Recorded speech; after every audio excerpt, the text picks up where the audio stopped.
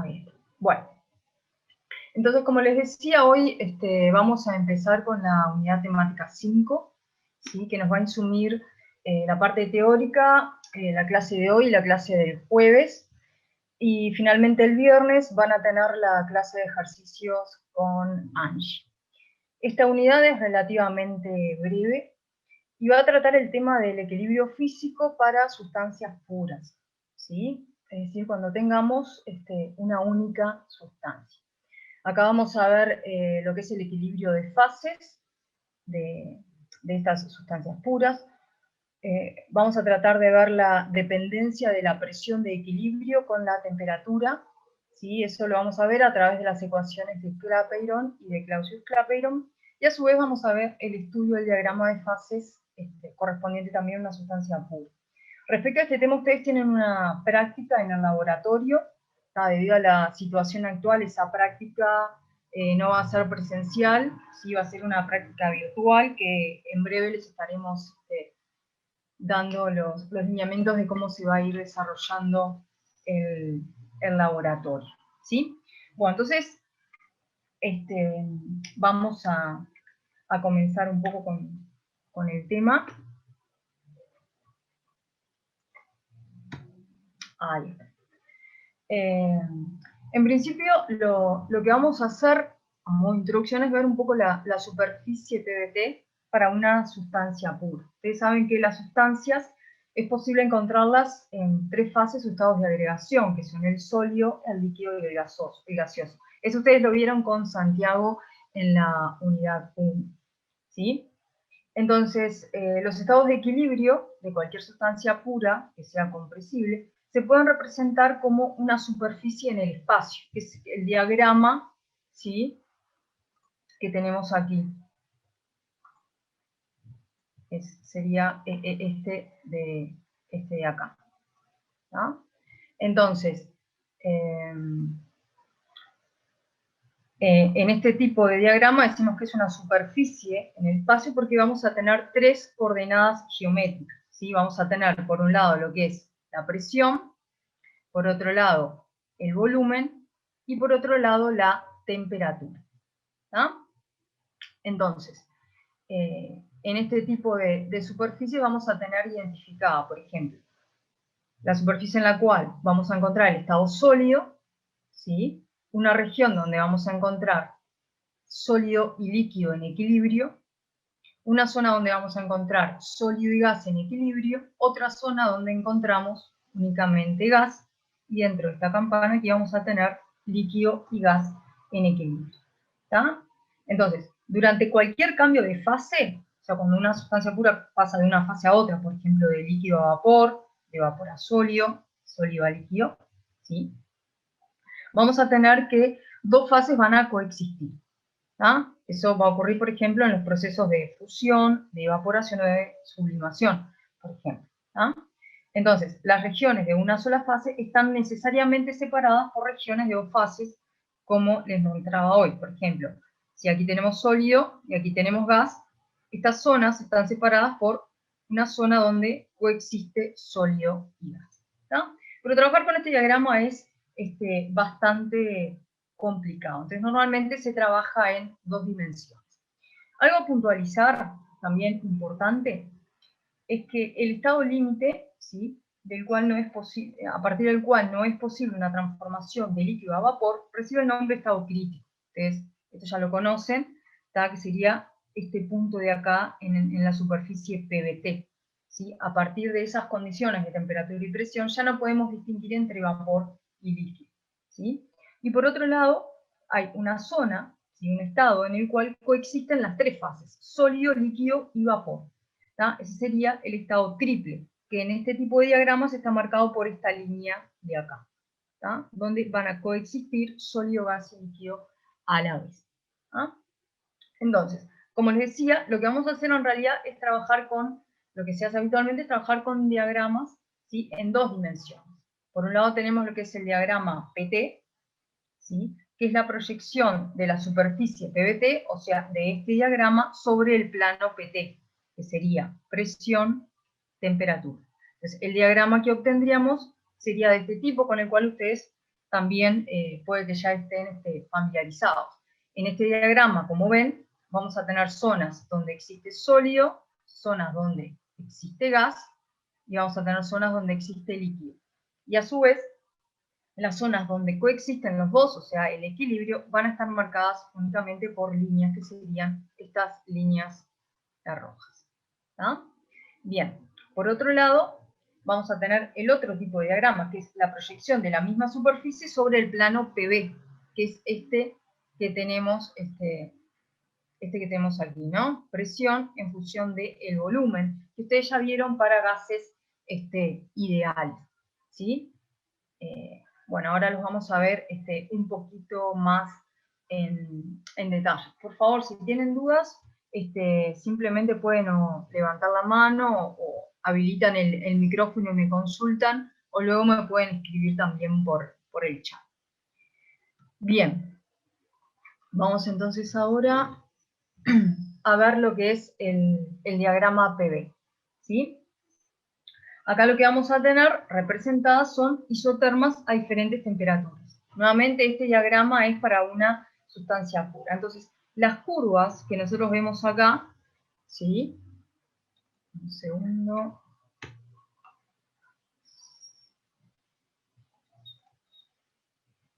Las curvas que nosotros vemos acá, por ejemplo, a T1, a la temperatura T1 son isotermas, es decir, son a temperatura constante. Acá vamos a tener T1 a la temperatura T2, T3, T4, y esta TC, que es justamente la temperatura crítica. Entonces,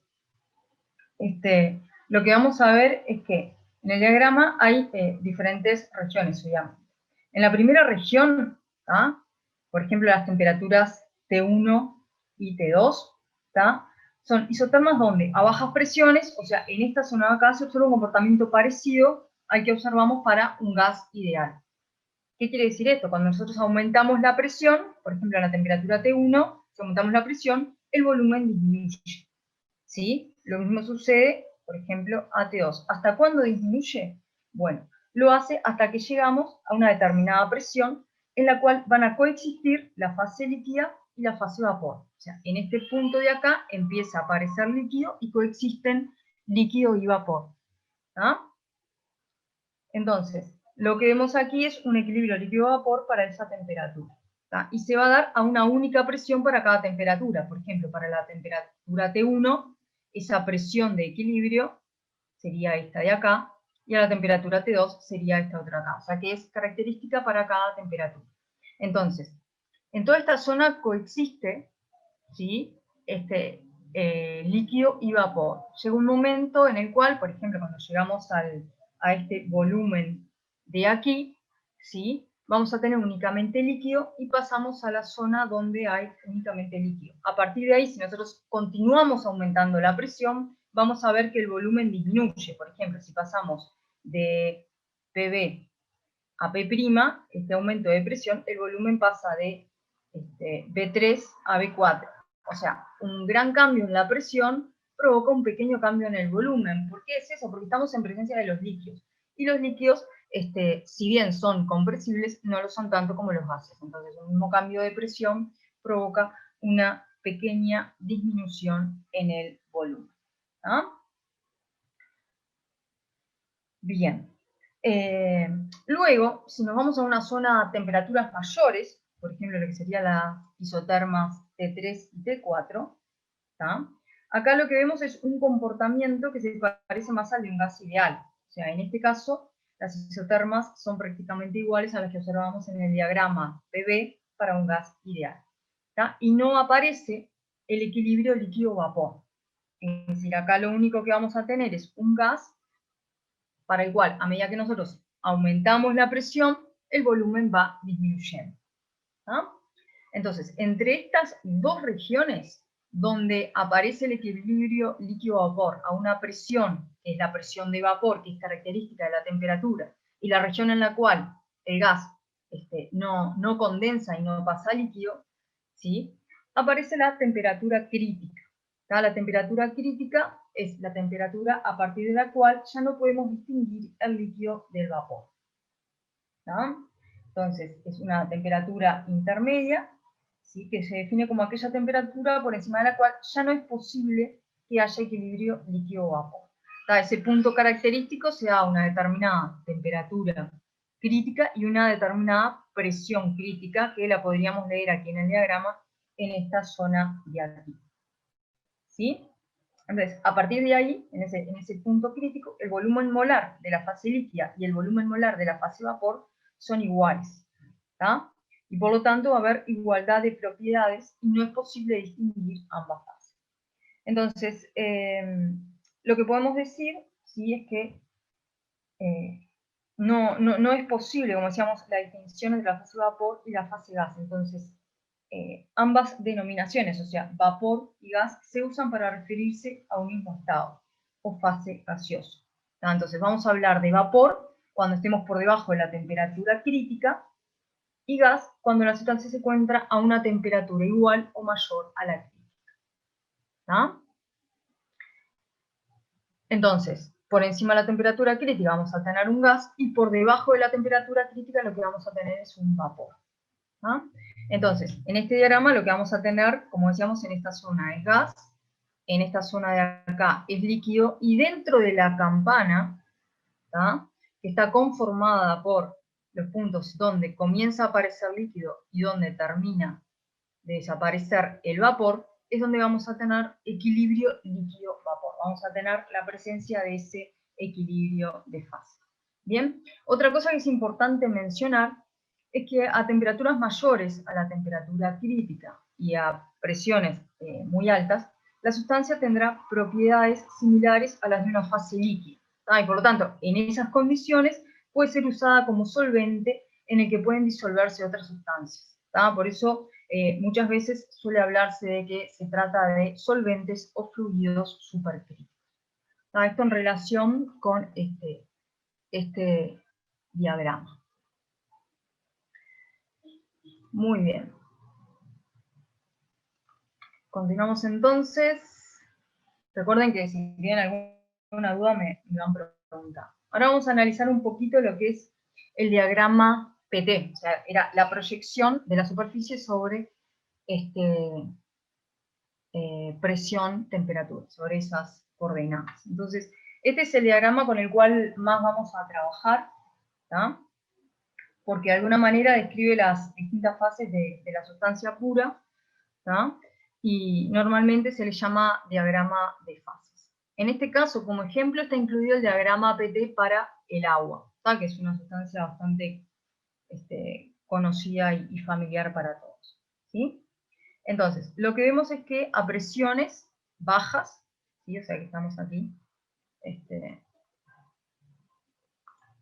a presiones bajas, ¿sí? Y a temperaturas relativamente altas, o sea, en esta zona de acá, ¿tá?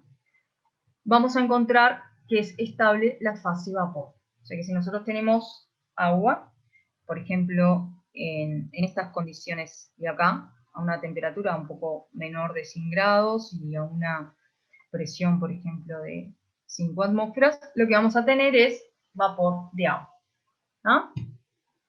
Si a una temperatura dada, nosotros aumentamos la presión, por ejemplo, estamos a esta temperatura y nosotros vamos aumentando la presión, lo que vamos a tener es vapor, ¿sí? A una presión mayor, obviamente lo estamos comprimiendo a ese vapor, ¿sí? Hasta que se alcance el equilibrio líquido-vapor, que es el punto sobre la curva. O sea, en este punto de aquí, en la curva que separa la zona donde existe vapor y la zona donde existe líquido, ahí vamos a tener equilibrio líquido-vapor.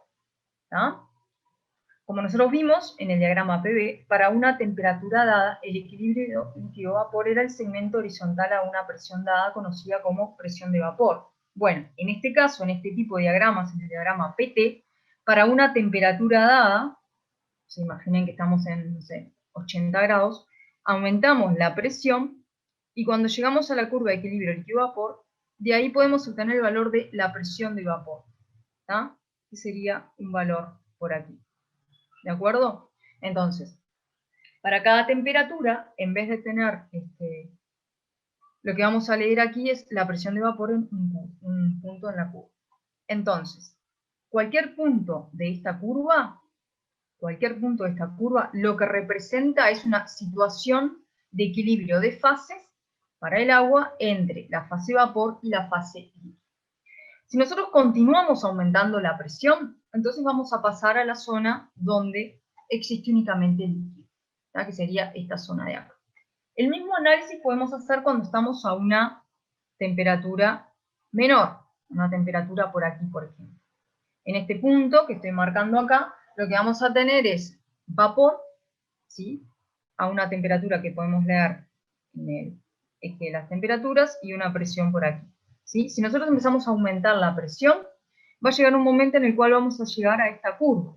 Esta curva es la de equilibrio sólido-vapor. Entonces, a esa presión va a coexistir sólido y vapor en equilibrio, ¿sí? Si nosotros seguimos aumentando la presión, lo que vamos a hacer es obtener el sólido. ¿De acuerdo? Entonces, nuevamente, cualquier punto de esta curva indica situaciones de equilibrio entre la fase vapor y sólido. ¿Tá? Cada punto va a tener, obviamente, una temperatura y una presión característica. O sea que para una sustancia pura, dependiendo de cuál sea la sustancia, para cada temperatura va a haber una presión de equilibrio en la cual van a coexistir el sólido y el vapor. Y por último vamos a tener acá lo que es la curva de equilibrio sólido-líquido. O sea, los puntos de acá reflejan equilibrio entre líquido y sólido. Entonces podríamos, por ejemplo, tener un líquido por aquí. Nosotros empezamos a disminuir, ¿sí?, la temperatura, empezamos a disminuirla hasta que llegamos a una temperatura a la cual empieza a coexistir sólido. Si disminuimos aún más la temperatura, vamos a pasar a tener únicamente la fase sólida como fase estable. Entonces, las zonas delimitadas por las curvas son zonas en las cuales, en esas condiciones de presión y temperatura, esa fase es la estable. Y sobre las curvas son siempre situaciones de equilibrio sólido-líquido. Estos pasajes, estos cambios de fase, ¿sí?, van a ocurrir, ¿sí?, de forma tal de que, por ejemplo, si tenemos vapor, comienza a condensar, empieza a aparecer líquido, y luego empieza a aumentar la cantidad de líquido, a disminuir la cantidad de vapor, hasta que vamos a llegar a tener únicamente líquido, y recién ahí podemos seguir aumentando la presión. ¿Sí? Bien. En particular, en este diagrama PP que es para el agua, están indicados algunos puntos característicos. ¿Tá? Por ejemplo, está indicada a la temperatura de 100 grados y la presión de una atmósfera, ¿tá?, sobre la curva de equilibrio líquido-vapor. Cuando la presión es una atmósfera, ¿sí?, entonces la presión de vapor para el agua es 100 grados. ¿Tá? ¿Qué quiere decir esto? Que cuando la temperatura es 100 grados, la temperatura de ebullición a la presión de una atmósfera, nosotros la llamamos normalmente como temperatura de ebullición normal. O sea, para cualquier líquido, la temperatura de ebullición normal es la temperatura, ¿sí?, a la cual la presión de vapor es una atmósfera. ¿Ah? Y recuerden, ¿sí?, que la temperatura de ebullición se define como la temperatura a la cual la presión de vapor de un líquido se hace igual a la presión externa. Entonces, si nosotros tuviésemos en este momento, ¿sí?, un recipiente con agua a presión atmosférica, si esa presión atmosférica es una atmósfera, entonces el agua va a estar en ebullición cuando esté a una temperatura de 100 grados. Ahora, si nosotros el agua, si la sometemos a una presión menor de una atmósfera, también puede estar en ebullición. Pero si la presión es menor a una atmósfera, por ejemplo, una presión por aquí, entonces la temperatura de ebullición, fíjense que va a ser menor a 100 grados. ¿Ah?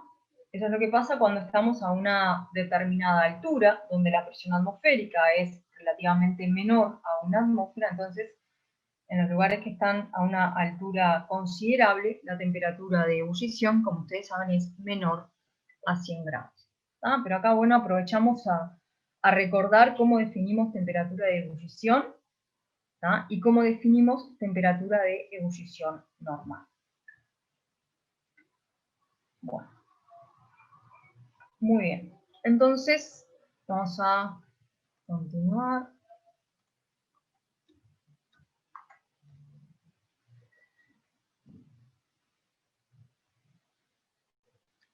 Ahora, para ese diagrama PT que nosotros analizamos recién, vamos a ver cómo podemos deducir, ¿sí?, la forma de esas curvas de equilibrio. O sea, de la curva de equilibrio líquido-vapor, la curva de equilibrio líquido-sólido y la curva de equilibrio sólido-vapor. Queremos encontrar una expresión matemática, una ecuación que las describa. Eso nos va a permitir trabajar con los cambios de fase y equilibrio de fase para la sustancia pura.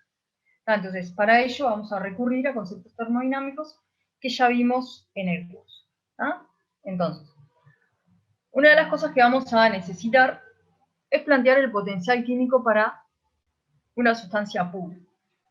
¿Recuerdan? Esto ya lo vieron con Jorge en la unidad 4. El potencial químico, ¿sí?, para una sustancia pura lo podemos definir como la derivada de la energía libre con respecto a la cantidad de sustancia N, a T y P constantes.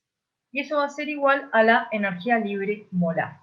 Por lo tanto, el potencial químico va a ser la energía libre, ¿sí?, de la sustancia sobre la cantidad de sustancia, o sea, sobre los moles de sustancia, ¿sí?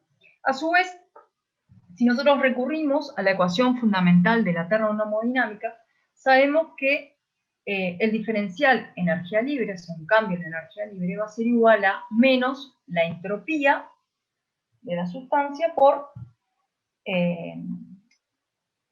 diferencial temperatura más el volumen por diferencial presión. En esta situación, entonces, la energía libre dependía de la temperatura y de la presión, o sea, de los cambios en temperatura y presión en función de esas dos variables, ¿sí?, y a su vez de la entropía y del volumen.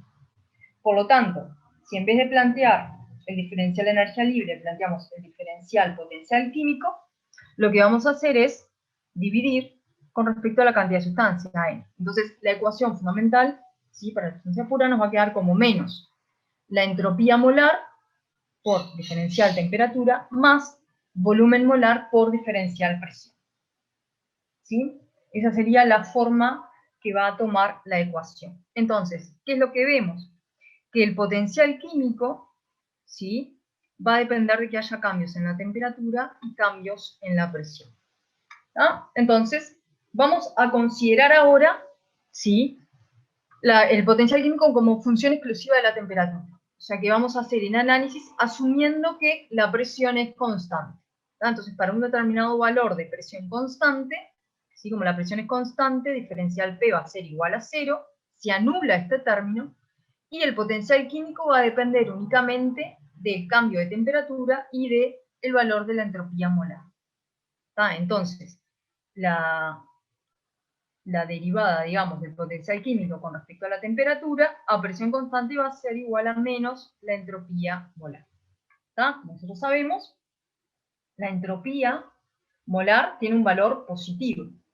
Por lo tanto, esta derivada va a ser negativa debido a este signo de menos. Y a su vez, podemos considerar que la entropía molar es prácticamente constante con la temperatura. Por lo tanto, cuando nosotros representemos el potencial químico en función de la temperatura para una sustancia pura, lo que vamos a observar es una recta con pendiente negativa. Acá todavía no analizamos las diferentes fases presentes. Pero bueno, si tenemos una sustancia pura, un determinado estado de agregación o una fase, por ejemplo, líquido, gas, sólido, entonces el gráfico del potencial químico en función de la temperatura va a ser una recta con pendiente negativa. Hasta ahí ya tenemos algún dato.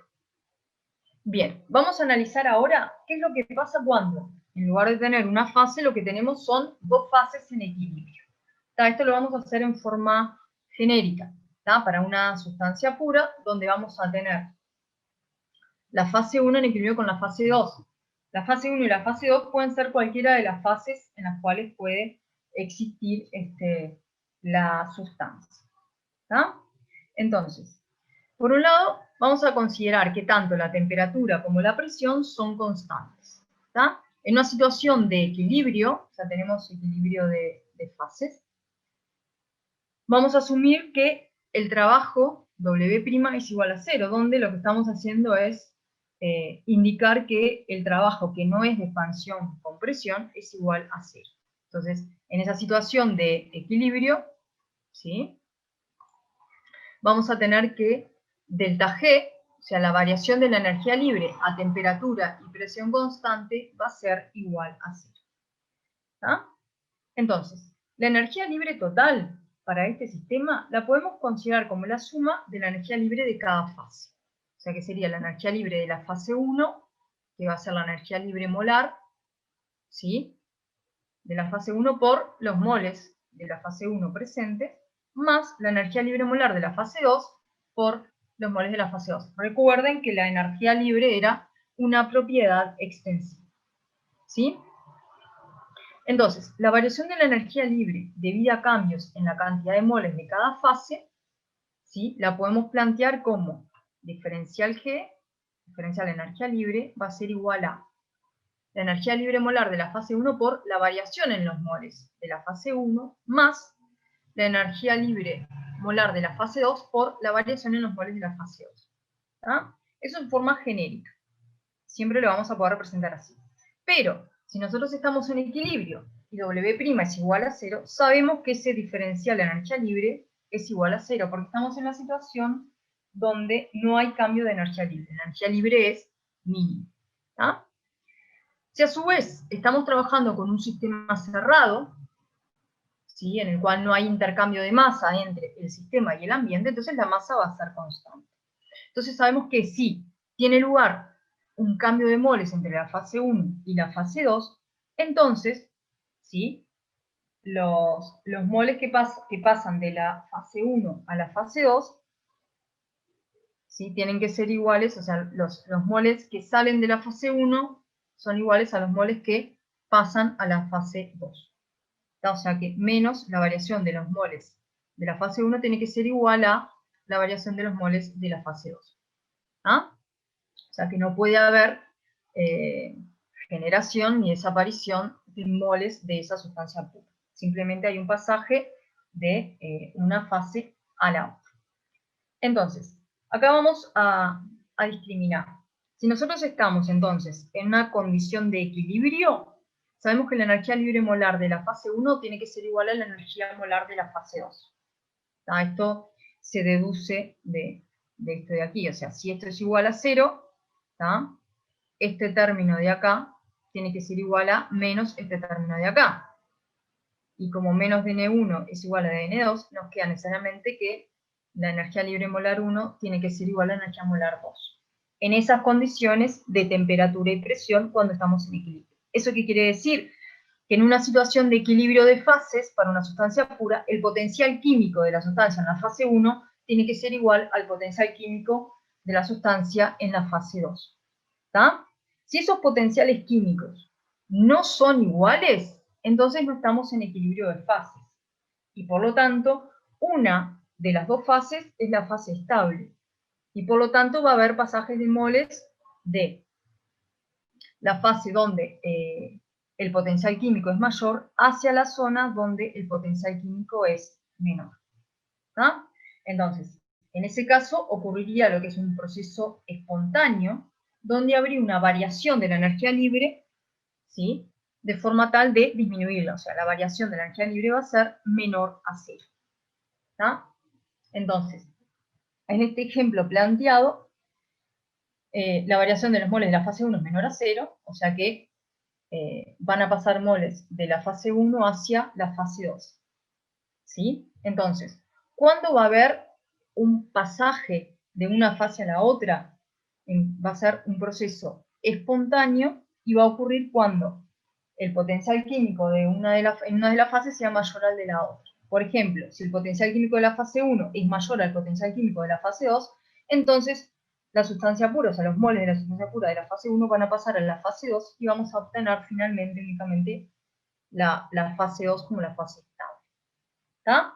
Esto recurriendo a todo lo que ustedes ya vieron. Entonces, de todo esto, ¿qué es lo importante? Cuando estamos a temperatura y presión constante, ¿sí?, dos fases van a estar en equilibrio cuando el potencial químico de ambas fases sea igual. Y no van a estar en equilibrio ¿sí? Y se va a dar un pasaje espontáneo de una fase a la otra cuando el potencial químico en una de ellas sea mayor al potencial químico en la otra, ¿no? Bien, entonces, vamos a ver ahora el diagrama, ¿sí?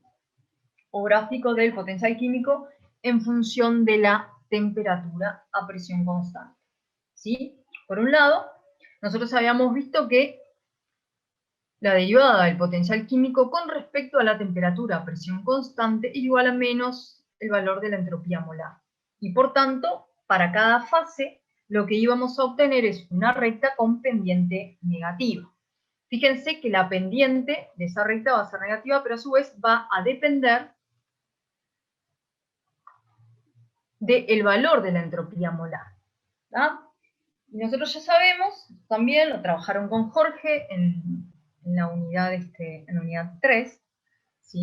Lo que veíamos es que la entropía molar para el sólido, para los sólidos, es menor que la entropía molar para el líquido.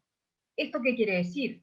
Que la pendiente negativa para la curva correspondiente al sólido va a ser menor que la pendiente de la curva correspondiente al líquido. Entonces, ¿cómo representamos eso en un diagrama en el diagrama potencial químico en función de la temperatura? Bueno, esta curva verde correspondería al potencial químico del sólido, ¿sí?, al variar la temperatura, ¿no? Entonces va a tener una pendiente negativa, ¿de acuerdo? Entonces lo que vemos es que cuando nosotros aumentamos la temperatura, nos movemos en este sentido, el potencial químico va disminuyendo. Lo mismo haríamos para el líquido. Vamos a tener una recta con pendiente negativa. Observamos lo mismo, a medida que la temperatura aumenta, el potencial químico disminuye. Pero como la entropía molar del líquido es mayor que la del sólido, entonces la pendiente correspondiente al líquido, que es la azul, va a tener una pendiente mayor que la del sólido. ¿Tá? Va a tener una pendiente negativa mayor en valor absoluto. ¿Sí? Bien. Y por otro lado, también hay que representar el potencial químico en función de la temperatura para el vapor. En este caso sería la curva roja. Nosotros sabemos que la entropía molar del vapor es mucho mayor que la del líquido. Esto debido, digamos, a las propiedades de los diferentes estados de agregación. La entropía del vapor es mucho mayor, por lo tanto, esta recta va a tener una pendiente mucho mayor que la del líquido y que la del sólido. ¿De acuerdo? Entonces, esta curva representaría el potencial químico en función de la temperatura para el vapor. Entonces, acá lo que tenemos que observar, ¿sí?, por un lado, es que vamos a tener equilibrio de dos fases cuando el potencial químico de esas dos fases sea igual. Entonces, por ejemplo, el punto en el cual la curva correspondiente al sólido se intersecta con la curva correspondiente al líquido, que sería este punto de acá, es un punto en el cual el potencial químico del sólido es igual al potencial químico del líquido. Entonces, en este punto tendríamos una situación de equilibrio de fases. ¿Tá? ¿Qué fases estarían en equilibrio? La fase sólida y la fase líquida. Por lo tanto, este punto de intersección que corresponde a esta temperatura TF sería la temperatura de fusión. O sea, es la temperatura a la cual el sólido está en equilibrio con el líquido. El sólido fusiona, digamos, para dar lugar al líquido. ¿Sí? A su vez, el punto en el cual se intersecta la curva correspondiente al vapor con la curva correspondiente al líquido, ¿sí?, indica la temperatura a la cual el potencial químico del líquido y del vapor son iguales y por lo tanto el líquido y el vapor coexisten en equilibrio, ¿tá?, que sería la temperatura de ebullición o temperatura de condensación. En el caso de las sustancias puras, ambas temperaturas son iguales. ¿Sí? Entonces, en el diagrama vamos a poder distinguir entonces la temperatura de fusión, la temperatura de ebullición, ¿tá?, que son las únicas temperaturas a la cual coexisten dos fases en equilibrio. Ahora bien, ¿qué sucede entre una temperatura y la otra? ¿Cuál de las fases va a ser la más estable? Va a ser la que va a estar presente a la presión bajo estudio y en ese rango de temperaturas. Bueno, si nosotros estamos a una temperatura por debajo de la temperatura de fusión, estaríamos en la zona A. ¿Cuál va a ser la fase más estable? La que tenga menor potencial químico, justamente. Y la fase que tiene menor potencial químico es el sólido. O sea que por debajo de la temperatura de fusión, la fase estable va a ser el sólido. Fíjense que tanto el líquido, que es la curva azul, como la curva, y el vapor, que es la curva roja, van a tener potenciales químicos mayores. Entonces la fase estable va a ser el sólido. En la zona B, entre la temperatura de fusión y la temperatura de ebullición, ¿sí?, la fase que tiene menor potencial químico es la correspondiente al líquido, porque tanto el sólido como el vapor tienen potenciales químicos superiores. Y a su vez, en la región de temperatura mayor a temperatura de ebullición, la fase más estable es la vapor, ¿tá? La fase vapor, ¿sí? Entonces, a partir de un diagrama de potencial químico con respecto a la temperatura, sabemos en cada rango de temperaturas cuál es la fase más estable y podemos determinar las temperaturas de fusión y de ebullición para esa sustancia pura. Un detalle más a considerar es, yo les decía hoy que estas eran prácticamente rectas, pero estrictamente no son rectas. Si nosotros planteamos la derivada segunda del potencial químico con respecto a la temperatura, que es igual a menos la derivada de la entropía molar con respecto a la temperatura a presión constante, es menos C sub P sobre T. Y esta expresión tiene un valor negativo. Entonces, en realidad, estas rectas no son rectas, sino que son curvas con una pequeña concavidad negativa. Pero a los efectos del curso y de trabajar, las vamos a considerar como rectas, ¿sí? Bueno, muy bien. No sé si tienen alguna duda hasta acá. Seguimos entonces.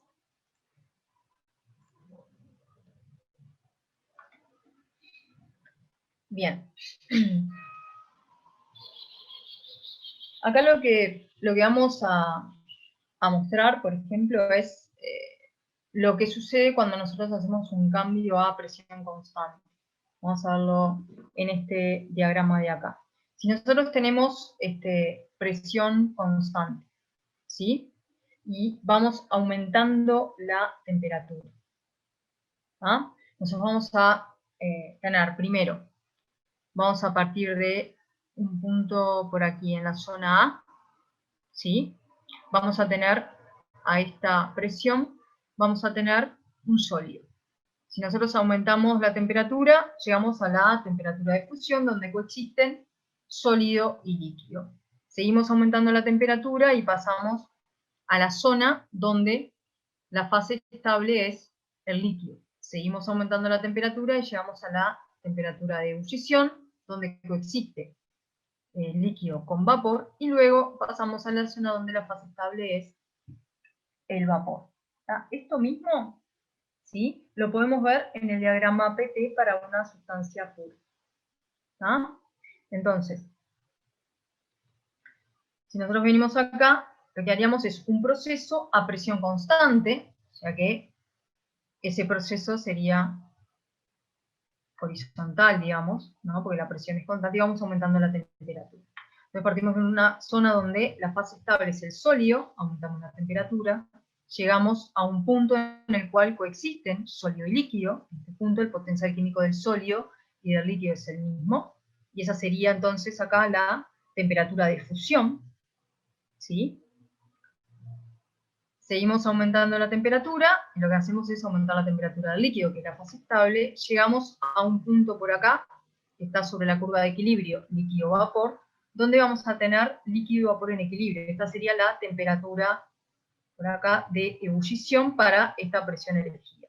Y luego pasamos a tener únicamente vapor, ¿no? O sea que ese sería, digamos, el análisis que podemos hacer para un mismo proceso en el gráfico de potencial químico en función de la temperatura y de presión en función de la temperatura, ¿no? Bien.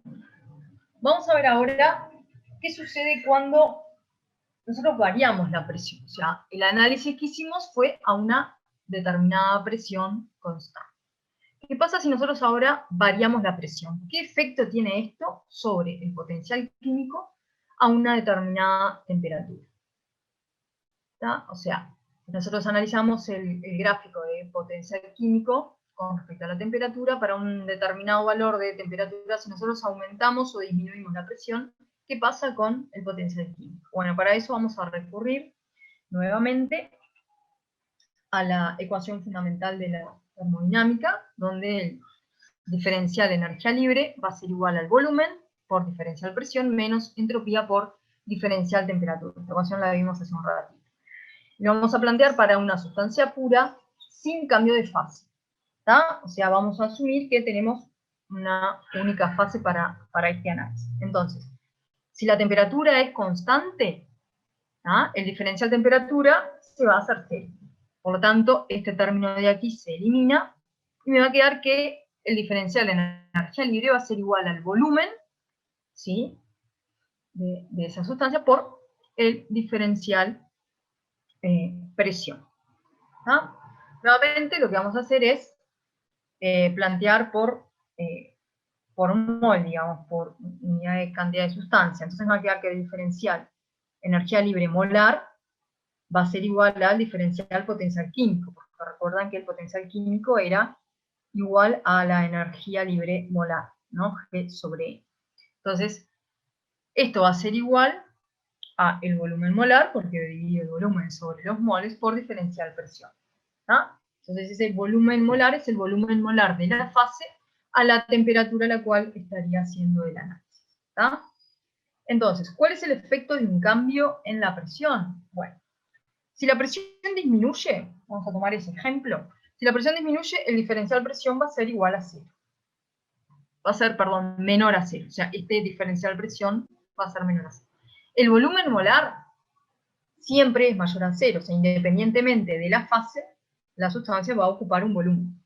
¿Tá? Entonces, si diferencial presión es menor a cero y el volumen molar es mayor a cero, este término tiene que ser menor a cero. Por lo tanto, el diferencial potencial químico también es menor a cero. ¿Qué quiere decir eso? Que el potencial químico disminuye. O sea que una disminución de la presión provoca una disminución del potencial químico para la fase de esa sustancia pura, a una determinada temperatura. ¿Está? Ahora, ¿cuánto disminuye el potencial químico? Bueno, el potencial químico va a disminuir en forma proporcional al volumen molar. ¿Ah? Esa variación en el potencial químico va a ser proporcional al volumen molar.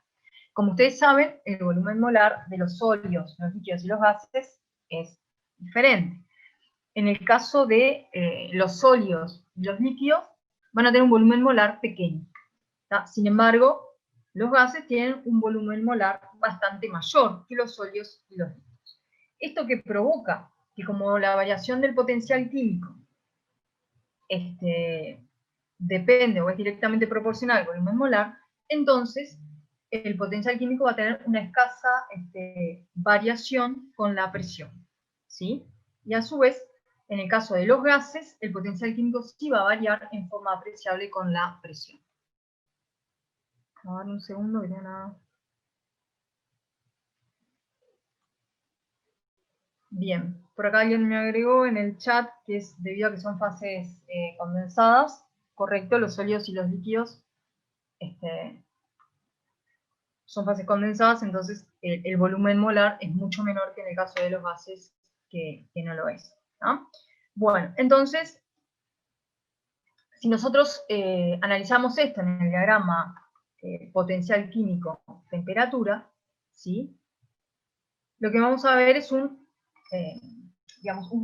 corrimiento de la curva del potencial en función de la temperatura para las fases. En el caso de los sólidos, ¿sí?, de la fase sólida y de la líquida, lo que vamos a observar es que el potencial químico en función de la temperatura, ¿sí?, para una presión inferior, ¿sí?, va a ser menor, pero no de forma muy significativa. O sea, si esta es la curva correspondiente a la fase sólida, ¿sí?, a una determinada presión, a una presión levemente inferior, el potencial químico en función de la temperatura para el sólido pasaría a ser esta punteada, ¿no? O sea que pasamos de la línea continua a la línea punteada, porque el cambio es relativamente pequeño. Lo mismo pasa para el líquido. Si bien el cambio es un poquito mayor, no es significativo y pasaríamos de la curva continua azul a la curva punteada azul. ¿Ah? Porque el volumen molar del líquido va a ser muy parecido al volumen molar del Sol. Ahora, en el caso de los gases, veíamos que el volumen molar es bastante mayor y por lo tanto el cambio en el potencial químico también va a ser mayor. Entonces, a cada temperatura, si el potencial químico a una presión levemente inferior, va a ser bastante menor. Entonces, estas curvas, a la presión P' y a la presión P, que es levemente menor, va a haber una separación importante. ¿Ah?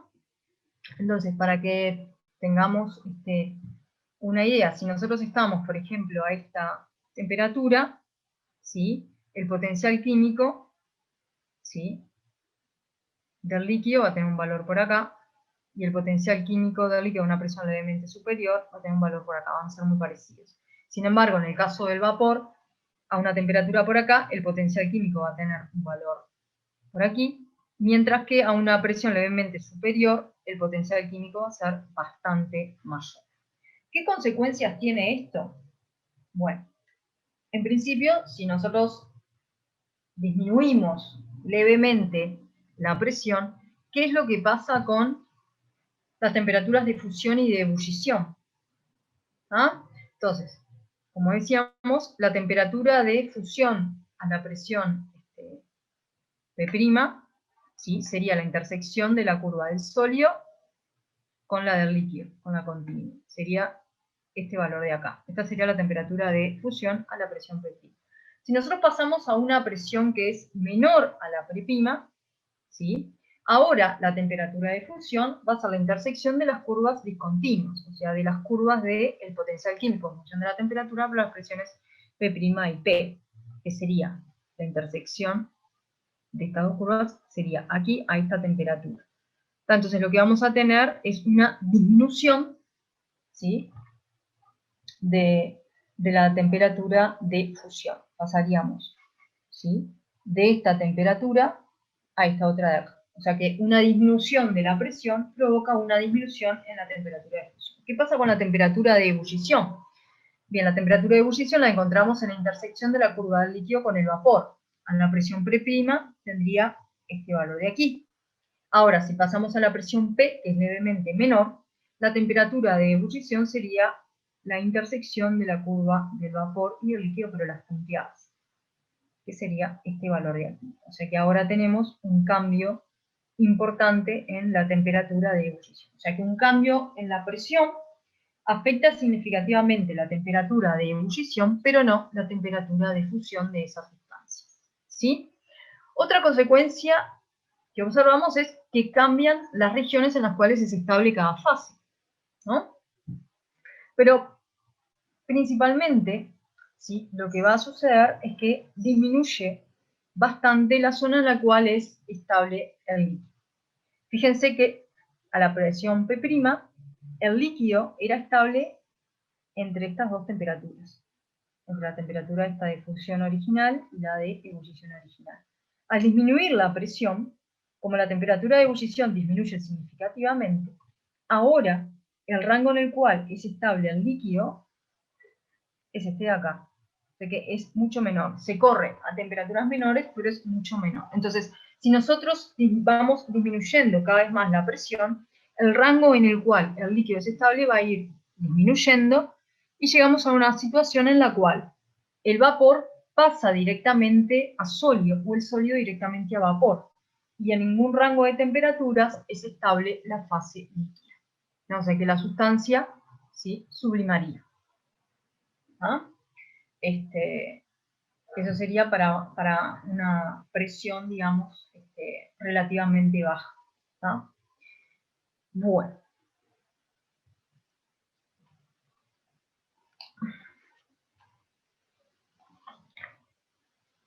Vamos a ver ahora esto que mencionábamos.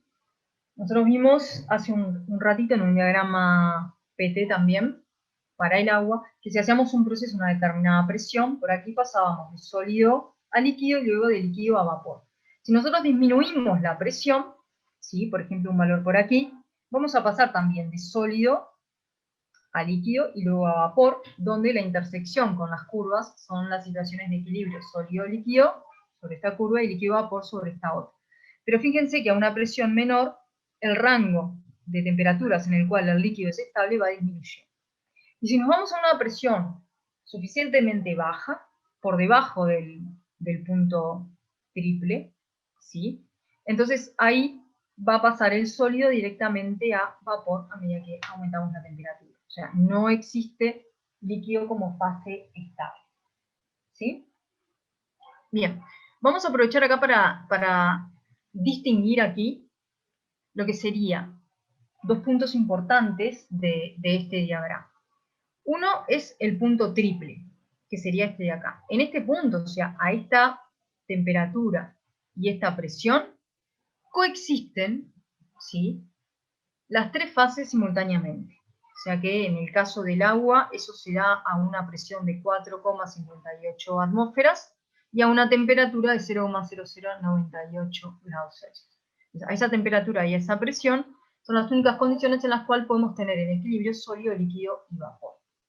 Si nosotros variamos la temperatura o variamos la presión, entonces lo que vamos a tener son únicamente dos fases en equilibrio o una única fase. Y por otro lado tenemos el punto crítico, que recuerdan que es el punto crítico es la temperatura y la presión a partir de la cual no es posible distinguir vapor y líquido.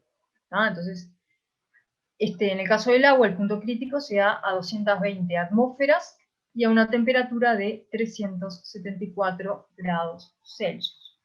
Entonces, por encima de esta presión, esta temperatura, en una zona por aquí, lo que vamos a tener, como decíamos, son fluidos supercríticos. Vamos a tener a la sustancia con propiedades supercríticas. No es posible que la condensación, digamos, y ese fluido también va a tener propiedades similares a la del líquido. Bueno, muy bien. Vamos a ver ahora cómo sería el gráfico del potencial químico, ¿sí?, en función de la temperatura para sustancias que subliman a presiones cercanas al ambiente, digamos, sin necesidad de disminuir significativamente la presión. En ese caso, el diagrama sí muestra una intersección de la curva de sólido con vapor antes de la de sólido con líquido. Entonces, esta de aquí sería la temperatura de sublimación y es la temperatura a la cual el sólido pasa a vapor. Justamente a esta temperatura y a la presión a la que se realizó el diagrama, coexisten sólido y vapor en equilibrio.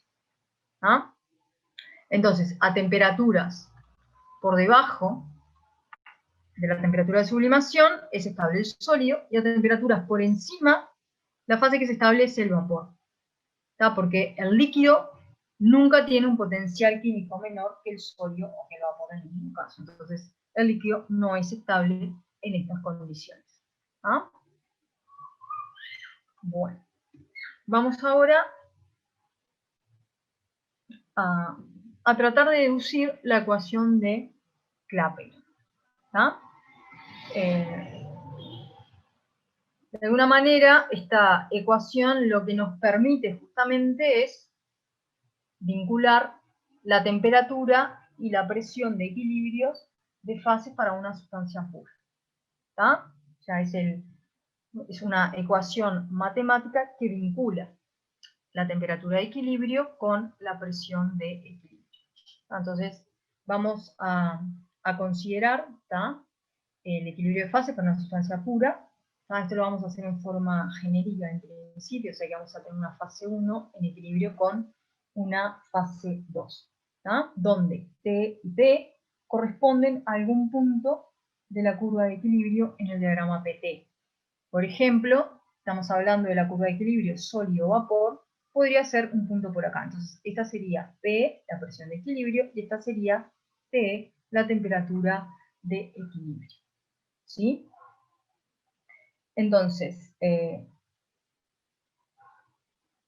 alguna forma, ¿sí?, hay una función implícita, ¿tá?, en esta igualdad, donde podemos expresar la presión de equilibrio en función de la temperatura de equilibrio. O sea, esta curva, que es la presión de equilibrio, la podríamos expresar en función de las temperaturas de equilibrio. O al revés, podríamos expresar la temperatura de equilibrio en función de la presión de equilibrio. Entonces, si nosotros consideramos las formas analíticas de las funciones potencial químico de la fase 1 y potencial químico de la fase 2, sería posible resolver y conocer esas dos funciones. ¿Tá? Si no se conocen, es posible obtener el valor de derivada de la temperatura respecto a la presión, como vamos a ver ahora a continuación cómo vamos a hacer. ¿Tá? Entonces la idea es esa, es encontrar una expresión matemática para estas curvas de acá. Y a eso es a lo que denominamos la ecuación de Planck. Entonces, vamos a plantear por un lado el equilibrio entre la fase 1 y la fase 2 a temperatura y presión constante. Entonces, en ese caso, el potencial químico de la fase 1 a la temperatura de equilibrio y presión de equilibrio va a ser igual al potencial químico de la fase 2 a la misma temperatura y presión. ¿Sí? Entonces, si nosotros lo miramos en el diagrama, ¿sí?, lo que vamos a tener es que a esta temperatura de equilibrio y presión de equilibrio, el potencial químico, ¿sí?, de la fase 1, por ejemplo, y la fase 2 van a ser iguales. ¿Ah? Ahora, vamos a considerar ahora otro punto sobre esa curva de equilibrio, que va a ser este punto de aquí, ¿ah?, donde vamos a tener nuevamente la fase 1 y la fase 2 en equilibrio, pero a una temperatura, ¿tá?, que es T más diferencial temperatura. ¿Tá? Es una temperatura levemente superior. Y corresponde a una presión que es la presión más un diferencial presión, o sea, una presión levemente superior. ¿Tá? Entonces, para esta nueva situación, el valor del potencial químico va a ser 1', que va a ser a la temperatura T de equilibrio más diferencial T de equilibrio, y a la presión P de equilibrio más diferencial P de equilibrio. Y eso va a ser igual al potencial químico de la fase 2', en iguales condiciones de temperatura y presión. Ahora bien, lo que podemos deducir a partir de esto es que la variación en el potencial químico de la fase 1, al pasar de aquí hasta aquí, va a tener que ser igual al diferencial de potencial químico de la fase 2. ¿Tá? Y a su vez, esto va a tener que ser distinto de 0.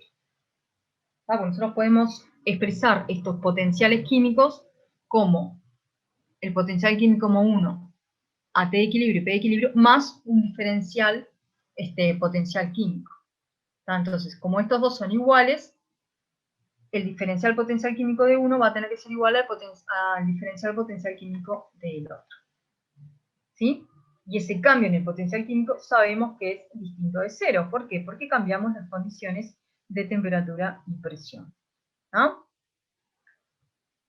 Por lo tanto, esta igualdad de acá, en diferenciales de potencial químico, lo podemos expresar en función de la ecuación fundamental de la termodinámica. Entonces me va a quedar que menos la entropía molar de la fase 1 por el diferencial en temperatura de equilibrio, más el volumen molar de la fase 1 por el diferencial presión de equilibrio, va a tener que ser igual a una expresión similar, pero para la fase 2. ¿Ah? Entonces, si reordenamos esta ecuación, ¿sí?, lo que hacemos es dividir entre diferencial temperatura de equilibrio, me va a quedar que el diferencial presión de equilibrio sobre el diferencial temperatura de equilibrio, lo que es lo mismo, la derivada de la presión de equilibrio con respecto a la temperatura de equilibrio, es igual al cociente entre la diferencia de los valores de la entropía molar de la fase 2 y la 1, y la diferencia entre los volúmenes molares de la fase 2 y la fase 1. ¿tá? O sea que el vínculo que hay entre la relación que hay entre la presión de equilibrio y la temperatura de equilibrio depende del cociente entre la variación de la entropía molar y del volumen molar en el pasaje de la fase 1 a la fase 2.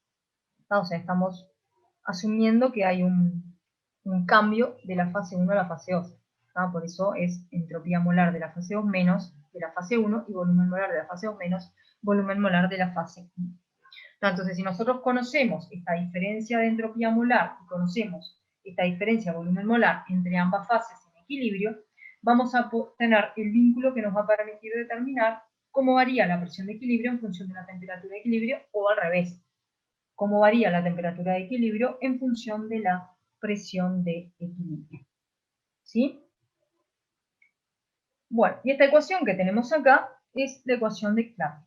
Esta ecuación, como les decía, es fundamental para el análisis del equilibrio entre dos fases de una sustancia pura. O sea que a partir de esta ecuación podemos, para cualquier transformación de fase, o sea, entre sólido y líquido, líquido y vapor, sólido y vapor, representar la presión de equilibrio en relación con la temperatura, o sea, las curvas esas del diagrama PT que nos interesaba determinar. ¿Ah? Bueno.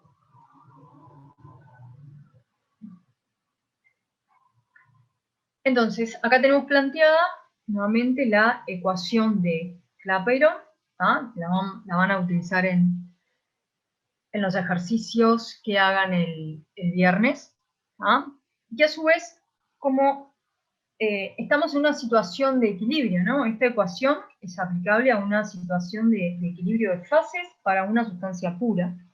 En esa situación nosotros podemos plantear que el cambio de entropía es igual al cambio en la entalpía sobre la temperatura de equilibrio. O sea que la ecuación de Clapeyron también la podemos expresar de esta otra forma. Sería el delta H molar para el cambio de fase de la fase 1 a la fase 2 sobre la temperatura de equilibrio de fases y la variación del volumen molar de la fase 1 a la fase 2. Entonces, los parámetros que aparecen en estas ecuaciones serían la presión y la temperatura, que van a ser valores de equilibrio, los cambios que acompañan al cambio de fase, o sea, la variación de la entropía molar y del volumen molar, y la variación de entalpía, o sea, el calor absorbido para ese cambio de fase. Esta ecuación está planteada como es molar, es para un mol de fase 1 a fase 2. O sea, el cambio de la fase 1 a la fase 2. Eso ténganlo en cuenta porque a la hora de calcular van a tener que restar la entalpía o el volumen molar de la fase 2 menos el de la fase 1. Bien. Continuamos. Acá lo que tenemos planteado, ¿sí?, es un diagrama de equilibrio sólido-líquido.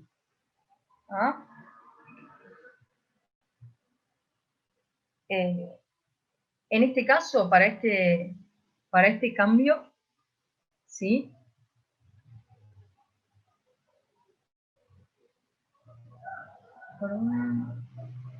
me salté esta transparencia, creo. Volvamos a... Ahí está, me salté acá. La ecuación de Clapeyron ahora la vamos a ver aplicada a un equilibrio específico, que es el equilibrio sólido-líquido, ¿no?, entre esas dos fases. Entonces, ¿cómo sería la expresión de Clapeyron para este equilibrio sólido-líquido? Bueno, ahora estamos hablando de un cambio de entropía, que sería la entropía molar del líquido menos la del sólido. Por lo tanto, sería el delta S molar del pasaje de sólido a líquido. Y el volumen molar sería el volumen molar del líquido menos el de sólido, o sea, el cambio del volumen molar en el pasaje de sólido a líquido. Podríamos plantear aquí, obviamente, como delta H molar para el cambio de sólido a líquido, o sea, para la fusión sería el delta H molar de fusión dividido la temperatura de fusión. Entonces, este delta S molar sería de fusión, como nosotros sabemos, al pasar de sólido a líquido, ese delta S es mayor a 0, y va a ser constante con la temperatura, relativamente constante. Pero vamos a tener dos posibilidades para lo que es el cambio del volumen molar. Ese cambio de volumen ¿sí? El cambio de volumen molar en el caso de la fusión puede ser mayor a 0 o menor a 0. ¿Ah?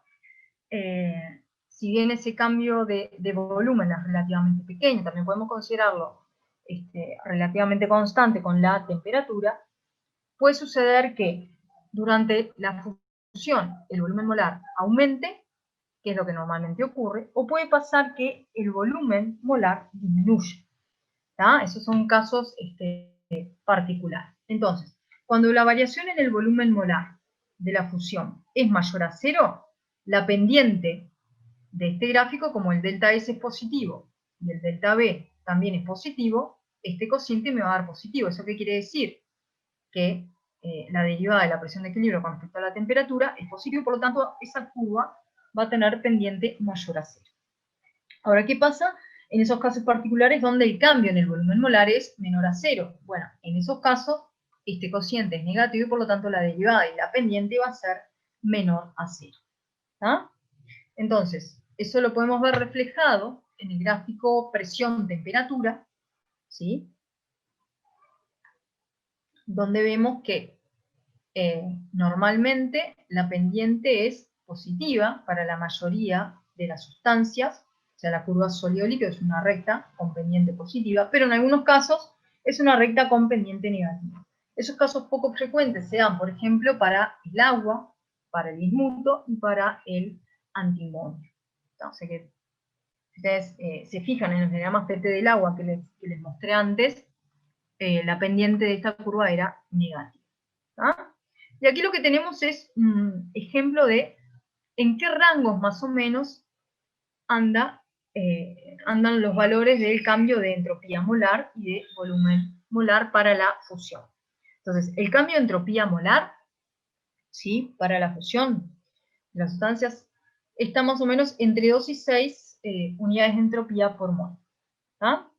Y el cambio del volumen molar de fusión está entre 1 y 10 mililitros por mol.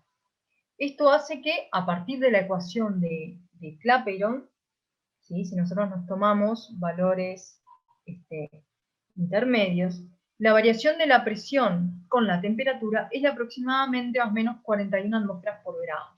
¿Tá? O sea que, por cada grado que nosotros cambiamos, ¿sí? El cambio en la presión va a ser más o menos de 41 atmósferas. ¿Tá? O sea, si ustedes se fijan acá en la curva, un pequeño cambio en la temperatura provoca un cambio importante en la presión, ¿no? Si la temperatura la disminuimos un poquitito, la presión cambia abruptamente. Eso es porque es una recta que tiene una pendiente importante, prácticamente vertical, ya sea con pendiente negativa o con pendiente positiva. Y a su vez, el cambio en la temperatura con respecto a la presión es relativamente pequeño. O sea que si nosotros cambiamos mucho la presión, por ejemplo, pasamos un valor de presión por aquí a un valor de presión por aquí, la temperatura prácticamente no cambia. ¿Tá? Eso es lo que observamos a partir de este gráfico. Bien. Bueno, vamos a ver ahora la aplicación de la ecuación de Clapeyron al equilibrio líquido-vapor. Entonces ahora planteamos la ecuación, la derivada de la presión de equilibrio con respecto a la temperatura de equilibrio va a ser el cambio en la entropía, o sea, la entropía molar del vapor menos la del líquido, sobre el volumen molar del vapor menos el volumen molar del líquido. Nuevamente, como es una situación de equilibrio, podemos plantear que es igual al cambio en la entalpía molar del pasaje de vapor a líquido sobre la temperatura de equilibrio y el cambio en el volumen molar. ¿Qué sucede ahora? Bueno, el delta H de vaporización sabemos que es mayor a 0. Acá es positivo, o sea, nosotros necesitamos suministrar energía al líquido para que pase a vapor. Entonces, este cambio de entalpía es positivo. Por otro lado, ¿qué pasa con el cambio en el volumen molar? El volumen molar del vapor sabemos que es bastante mayor que el volumen molar del líquido. Este delta B va a ser también positivo y va a tener un valor importante. Por lo tanto, la derivada de la presión de equilibrio con respecto a la temperatura es mayor a 0. Y por eso observamos que a medida que nosotros aumentamos, ¿sí? La temperatura, la presión de vapor aumenta. En este caso ya no es una recta, sino que vamos a observar una curva, ¿sí?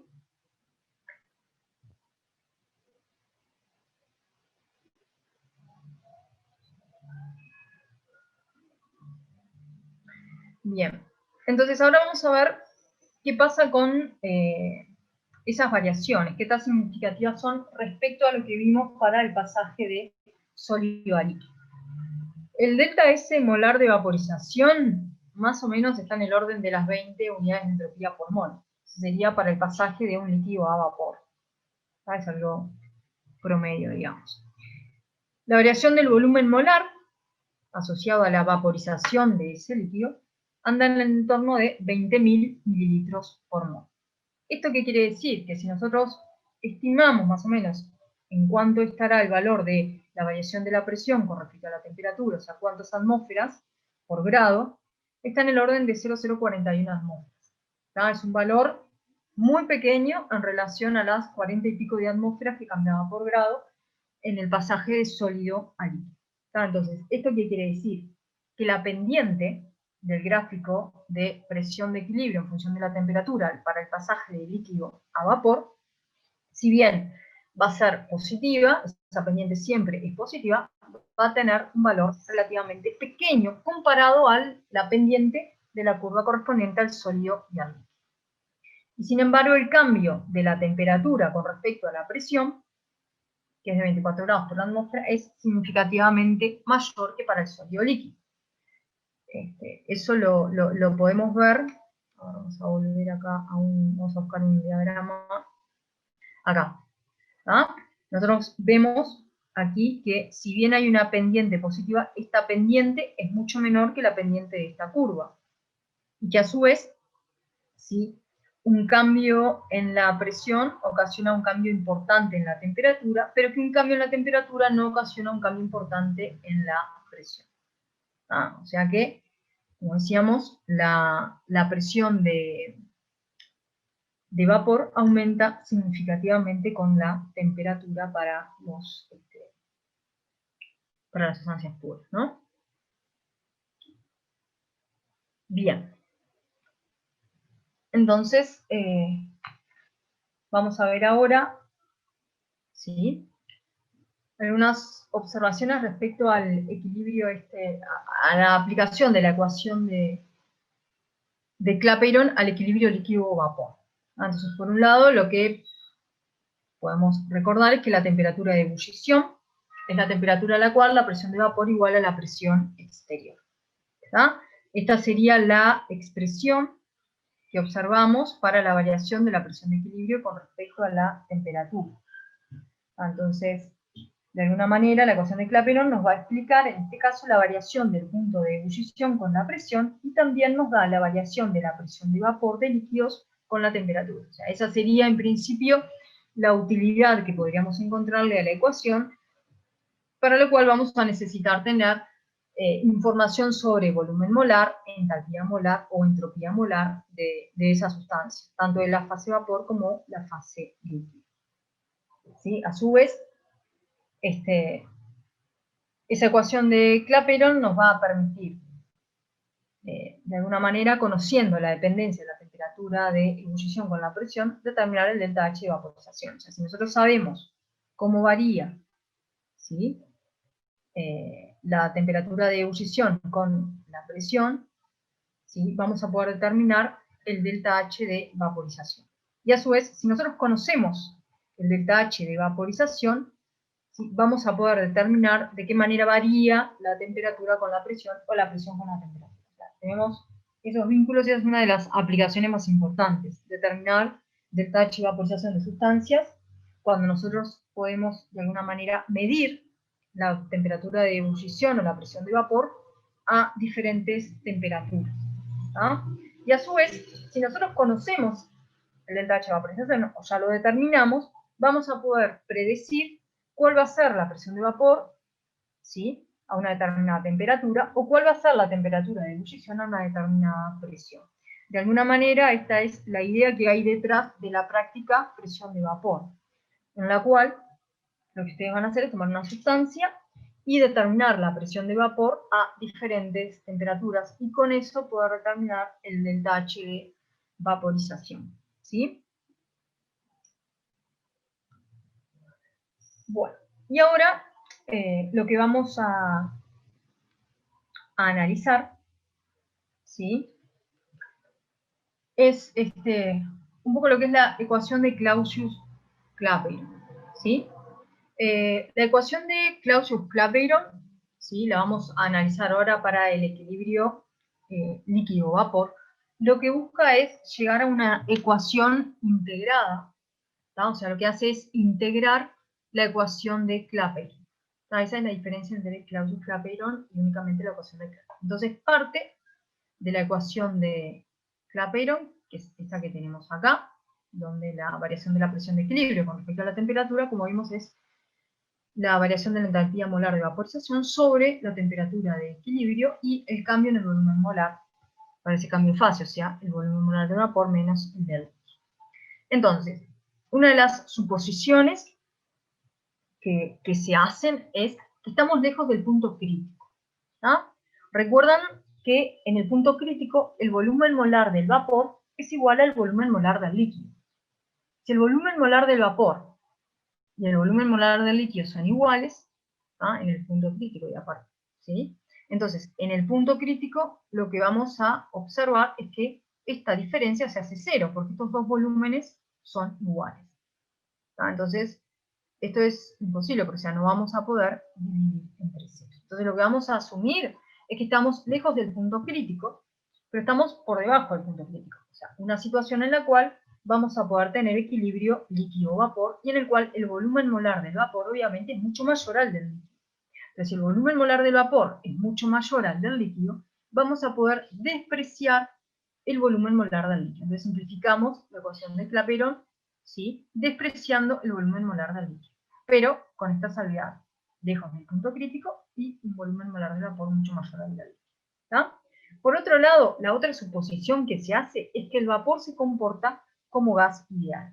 ¿Tá? O sea, un comportamiento ideal del vapor. ¿Eso qué quiere decir? Que el volumen molar del vapor lo vamos a poder expresar como R por T sobre P. Aquí falta la N porque no es el volumen del vapor, sino el volumen molar. Entonces, si nosotros despreciamos el volumen del líquido y sustituimos el volumen molar del vapor por esta expresión de acá, donde T sería la temperatura de equilibrio y P la presión de equilibrio, llegamos a esta expresión, ¿sí? Donde, si ustedes se fijan, ahora, ¿sí?, aparecen únicamente dos variables, porque nos sacamos de encima la variable volumen molar. O sea, vamos a tener como variables la presión de equilibrio y la temperatura de equilibrio, ¿sí? Entonces, esta expresión la podemos reorganizar bajo una de estas dos, ¿tá? O sea, nosotros sabemos que vamos a poder plantearla, digamos, ¿sí?, como la derivada del logaritmo de la presión de equilibrio con respecto a la temperatura. ¿Por qué? Porque la derivada del logaritmo de la presión de equilibrio es lo vamos a poder plantear como 1 sobre presión de equilibrio, ¿sí?, por la derivada de la presión de equilibrio. ¿Tá? O sea que eso lo lograríamos dividiendo, pasando esta presión de equilibrio hacia este lado de la ecuación. Entonces, diferencial presión de equilibrio sobre presión de equilibrio es igual a derivada del logaritmo de la presión de equilibrio. ¿Tá? O la podemos reagrupar de esta otra manera, donde lo que hacemos es pasar la presión de equilibrio para este lado de la ecuación y diferencial de temperatura de equilibrio hacia la otra. ¿Tá? Entonces podemos plantear esas dos. ¿Sí? Entonces, esta ecuación a la que llegamos, ¿sí?, tiene las siguientes aproximaciones. Por un lado, desprecia el volumen del líquido, supone comportamiento ideal del vapor, y a su vez, solo se aplica lejos del punto crítico. ¿Tá? Bien. Entonces, ahora que hicimos estas suposiciones y transformamos la ecuación de Clapeyron en esta expresión que tenemos acá, vamos a poder integrarlo. Pero para ello, otra de las suposiciones que se hace es que el delta H de vaporización, ¿sí?, es independiente de la temperatura. Entonces, si la variación de la entalpía molar de vaporización es independiente de la temperatura, ¿sí?, podemos considerarlo constante, ¿tá?, cuando integramos en función de la temperatura. Entonces, vamos a plantear la integración como diferencial P sobre P, donde obviamente esas son las presiones de equilibrio entre P0 y P final, y eso va a ser igual al delta H molar de vaporización sobre R por la integral entre T0 y T final de diferencial T sobre T cuadrado. Si nosotros resolvemos, ¿sí?, esa integral, ¿sí?, llegamos a esta expresión de acá. Si hacemos la integral definida entre P1 y P2, ¿tá?, o esta expresión de acá si hacemos la integral indefinida. Entonces, fíjense que en esta ecuación de acá, ¿sí?, nos permite vincular el delta H de vaporización con la temperatura y la presión de equilibrio, ¿sí?, para ese cambio de fase. Entonces, si nosotros conocemos a la temperatura T1 la presión de equilibrio y a la temperatura T2 la presión de equilibrio, o sea, la presión de vapor, P1 y P2, vamos a poder determinar el delta H de vaporización para esa sustancia. ¿Está? ¿Sí? A su vez, si nosotros miramos lo que es la integral indefinida, vemos que el logaritmo de la presión en función del inverso de la temperatura, ¿tá?, en función de 1 sobre T, va a ser una recta, cuya ordenada en el origen es una constante, ¿sí?, y la pendiente va a ser menos el delta H de vaporización sobre R.